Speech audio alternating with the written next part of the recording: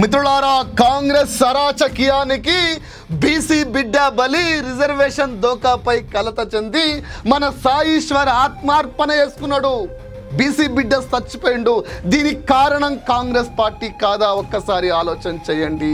నా వీడియో ప్రతి తెలంగాణ పల్లెకి ఏరాలి.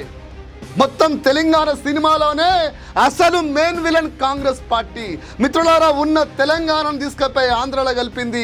ఆంధ్ర మెప్పు కోసం గదే కాంగ్రెస్ పార్టీ గట్లెట్లా కలుపుతారు అని చెప్పేసి ప్రశ్నించిన 369 బిడ్డల్ని నిర్దాక్షిణ్యంగా చంపింది ఇదే కాంగ్రెస్ పార్టీ. 1969లో 2 సార్లు తెలంగాణ ఇస్తాని గద్దెనెక్కి కేసీఆర్ దీక్ష చేస్తే ప్రకటన ఇచ్చినట్టే చేసి మోసం చేస్తే వందలాది మంది నా తెలంగాణ బిడ్డలు చచ్చిపోయారు. దానికి కాంగ్రెస్ పార్టీ కారణం.